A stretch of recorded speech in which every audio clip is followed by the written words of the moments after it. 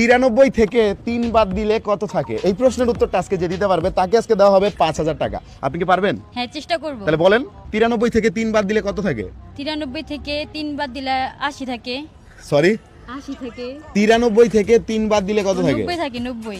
দর্শক উনি বলতেছে 90, সঠিক? আপনি মনে হচ্ছে? হ্যাঁ, সঠিক মনে হচ্ছে, কারণ 3 বাদ দিয়ে দিছি না। আপনার উত্তর হয় নাই, ভুল হয়েছে। দর্শক আপনাদেরকে বলতেছে, আপনারা যদি কেউ মানে প্রশ্নটার উত্তর দিতে পারেন দ্রুত কমেন্ট বক্সে উত্তর দিয়ে জানান। আর উত্তর জানানোর আগে এই ভিডিওটা অবশ্যই শেয়ার করবেন। 93 থেকে 3 বাদ দিলে কত থাকে? আপনি বলেন।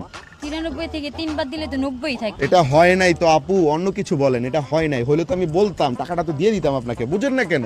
তাহলে ফিডার খান নাকি আপনি? 93 থেকে 89 থাকবে।